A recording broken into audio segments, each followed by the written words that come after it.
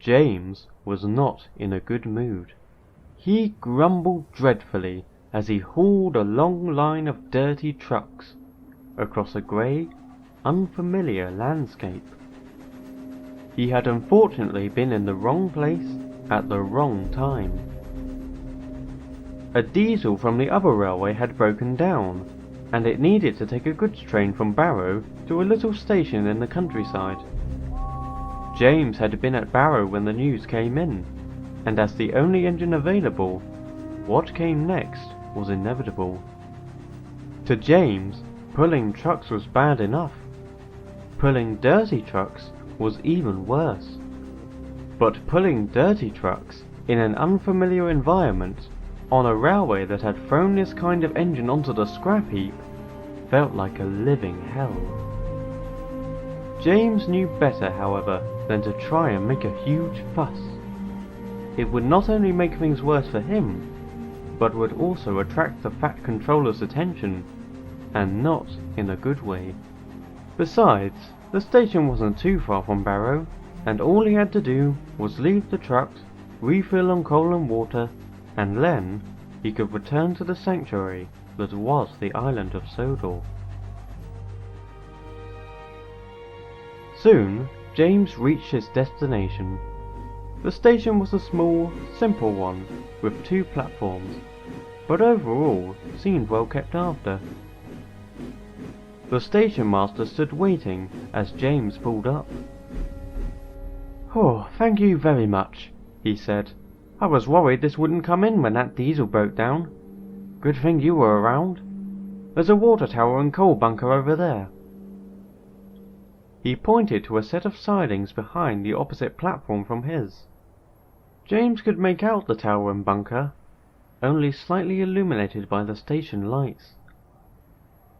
He could also see several boxy shapes lined up on one of the tracks. James assumed they were a line of vans, but upon closer inspection, he found out he was wrong. The boxy shapes were not vans, or rolling stock of any kind. They were actually a long line of diesels. James recognized them as Class 08 shunters. He had seen many of them at Barrow's yards. From what he heard, they were one of the most efficient modern shunters, as well as one of the other railway's most successful diesel designs. It was odd, though, that so many shunters would be here. A little station like this shouldn't need that many. Once he had shunted his trucks away, James steamed over to the water tower and coal bunker. The diesel stood in front of him, on the opposite siding. James didn't make eye contact. He was not in the mood for a conversation. So he sat there, waiting, as his crew went about refilling his tender. "I can't remember the last time I saw a steam engine here." James looked up. There were no people around, other than his driver and fireman, and he knew that voice wasn't theirs. James glanced over at the diesel, at the front of the line, staring blankly at him, its eyes weary and lifeless. James also noticed its body, rusty and dirty. It would seem it hasn't been cleaned in a long time. Then again, most shunters James saw were rarely looked after, in terms of their appearances, so he didn't think much of it. "What's it to you?" he grunted rudely. The diesel said nothing for a moment. It looked at the red engine all over. "You are quite a sight around here. Never seen a steam engine so clean, nor in such a bright colour." "Well, my railway has taste when it comes to liveries." "Is that so? Where are you from?" "Sodor." "So that's why you looked so familiar." James stared. The second voice came from behind the diesel, from the second one in the line. It wasn't as rusty as the first, and James could tell it had once been in a black livery. Then he looked at its face and gasped. It was a face he had seen before. Diesel? It was him, and yet he looked so different. He didn't seem like the devious, deceptive shunter he and the other engines saw all those years ago. Instead, he looked tired, sad, and quite lonely. Oh, so you two have met? I was on his railway long ago for a brief time. It didn't go well. What are you doing here? In fact, what are all of you doing here? Why would a station and yard this small need so many shunters? And who said we were shunters here? James raised an eyebrow. That was an unusual response. What do you mean? In case it wasn't clear from our conditions, we are not shunters. Not anymore. We have all been put here to await our inevitable fates. Now, James was even more confused, and also a little nervous. The tone in this Diesel's voice was starting to make him feel uneasy. But he tried not to show it. What fate? The Diesel gave a groan, filled with frustration. Is that why you weren't on his railway long, Diesel? He was that blind and brainless it was driving you insane? He was interrupted by James as he let off steam furiously. For your information, that Diesel tried to frame one of our engines, but we found him out and kicked him off our island. You think that just because I'm a steam engine you have any right to insult me like that? I'm just baffled that based on all that you see, you can't come to the obvious conclusion. What obvious conclusion? That we are all going to be scrapped, James! No one said anything. The silence lasted for quite some time. Then, James started to laugh. The two Diesels gave no response. Don't be so ridiculous! Do you really think you're in the same boat as our steam engines? Most of us are gone now because of you Diesels. How can you be under any threat? The Diesel sighed heavily. It seemed he was finding James quite exhausting. So that explains it all. You aren't brainless. You just don't know the truth. You've grown up on the belief that only steam engines are in danger of being scrapped. But diesels, they get off free. Nothing for them to fear at all. For a time, I once thought the same thing. A few of us here did. We thought we would never be thrown away, and that we would last forever, as long as we could function. However, the men at the workshops are always working to either improve old designs or create new ones. And sometimes they come up with something that meets all their expectations. Something that makes the old designs obsolete. And when they become obsolete, they are thrown away. It matters not if they are steam or diesel. If there is something simply better than them, then there's no need to keep them around. The Diesel finished by taking a deep breath, and then went silent, seemingly waiting for a response from James. James didn't say anything. He had been listening closely, and was thinking it all through. He couldn't deny it did make some sense. Railways always did strive to be the very best they could be, and that always meant new creations in either the motive power or how goods and passengers were carried. Even so, he wasn't entirely sure if this really did apply to diesels, as the one in front of him claimed. Diesel was watching the red engine closely, and could tell exactly what he was thinking.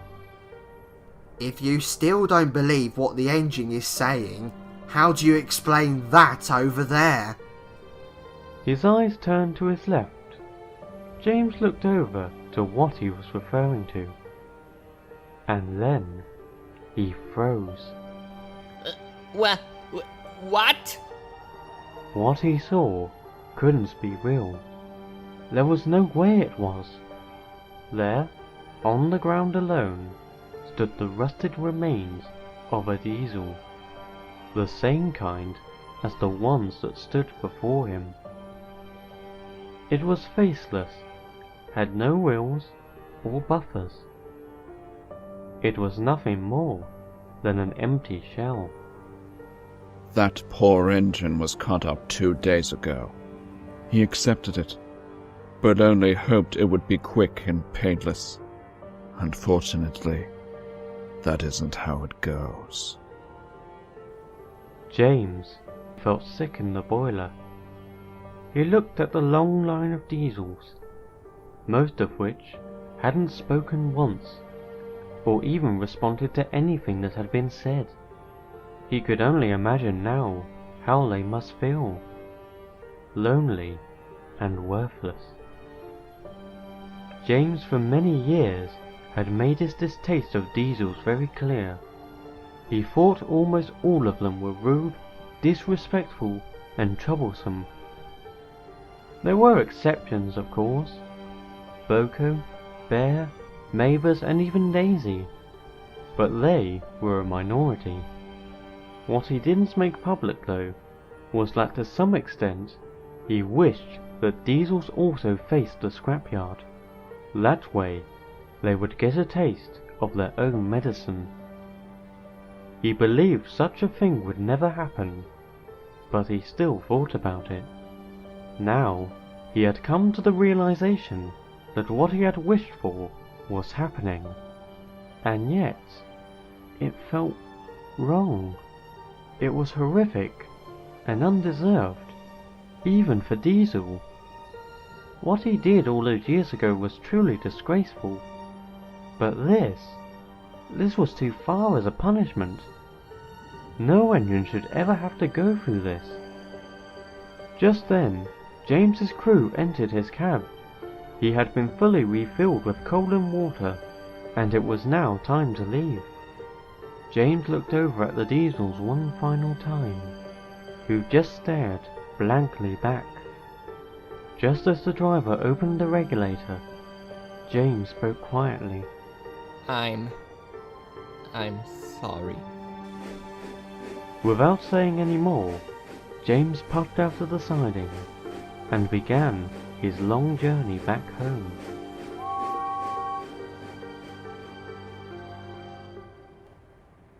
It was getting late when James was finally back on Sodor.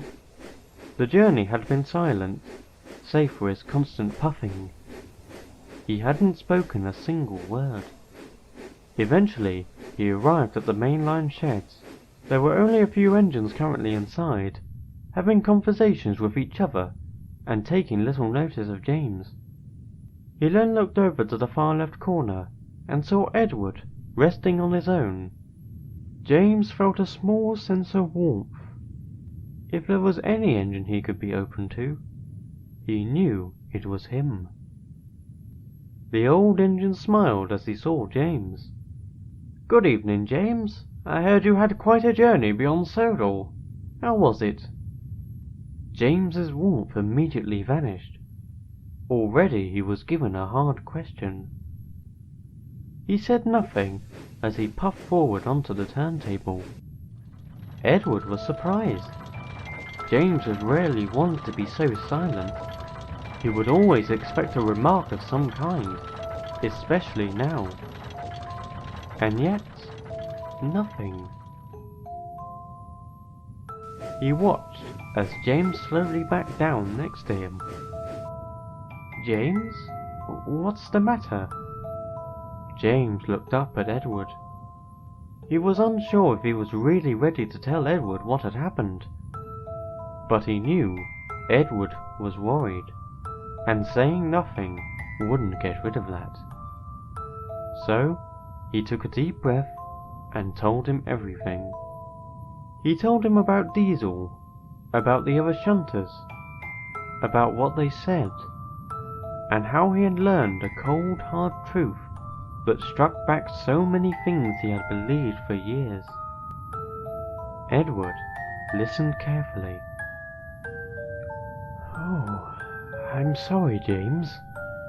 No engine should ever have to see something so horrible." He looked closely at James, noticing his expression. Not only could he see sorrow, but also guilt. He didn't need to ask though, as he knew exactly what he felt guilty of. "As hard as it may have been, I can tell you have learned a very important lesson." James completely understood. He slowly backed further into the dark corner of the shed. A sadder and wiser engine.